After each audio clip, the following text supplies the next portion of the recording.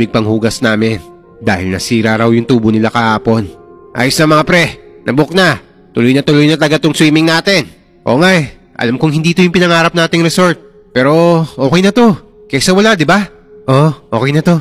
Pero 2 araw bago yung araw ng swimming namin, na naginip ako ng masama. Nakasakay raw kami sa maliit na truck nito at papunta kami sa resort kung saan kami maliligo. Tinambangan raw kami sa daan ng mga armadong grupo at pinagpapatay kami. Pero inisip ko nito na hindi na pwedeng maudlot yung outing namin dahil sa isang panaginip lang na wala namang kasiguraduhan. Pagkatapos nito, umuwi muna ako sa bahay namin at naikwento ko to sa nanay ko. Lahat ng paraan ng pagpigil niya ay ginawa niya para hindi lang ako tumuloy. Pero sinabi ko na sa kanya na hindi talaga pwede dahil nagbayad na ako. At isa pa, ako ang isa sa nagplano sa swimming namin. Kaya nakakahiya naman kapag hindi ako sumama sa kanila nang dahil lang sa panaginip.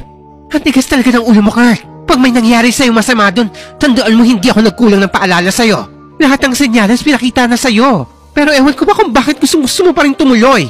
Pero nagulat ako nung lumabas to ng bahay. At nang bumalik siya, may dala na tong isang supot ng sili. Biniro ko pa nga siya nito Sabi ko, napaka-supportive talaga ng nanay ko. Pababaunan pa talaga ako ng sili para mailalagay kami sa sausawan ng inihaw na tilapia. Sirang ulo, maunin mo yan pangontra sa malas. Huwag mong kakalimutan yan. Sa totoo lang, sa mga panahon na to, nag-aalangan din akong tumuloy.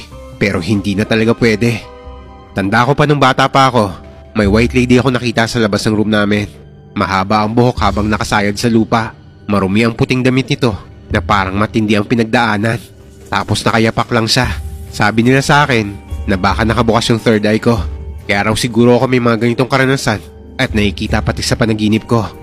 Kinabukasan, maaga akong bumalik sa syudad para pumasok na. Pero nang dumaan ako sa isang hagdan ng pinagtatrabahuan ko, bigla akong napatigil. Para kasing may bumulong sa tenga ko. Nang paglingon ko sa gilid ko at sa pag-aakalang may kasabayan ako sa hagdan, pagtingin ko rito, wala akong nakitang tao at ako lang mag-isa nito.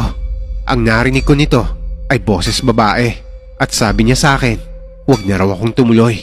Sa takot ko nito ay nagmadali akong bumaba, pero bago pa man ako tuluyang makababa ay para bang may biglang tumulak sa akin, dahilan para matapilok ako. Aray! Nabali yata yung pa ako Punyemas naman Aray! Nagmadali akong tumayo nito. Paika-ika ako nitong naglakad pabalik sa trabaho ko. Hanggang sa dumating na ang dispiras ng araw ng swimming namin. Huwebes Santo. Gabi na nito.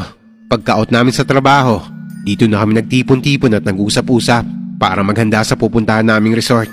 Habang hinihintay namin yung iba, lumapit sa akin yung isang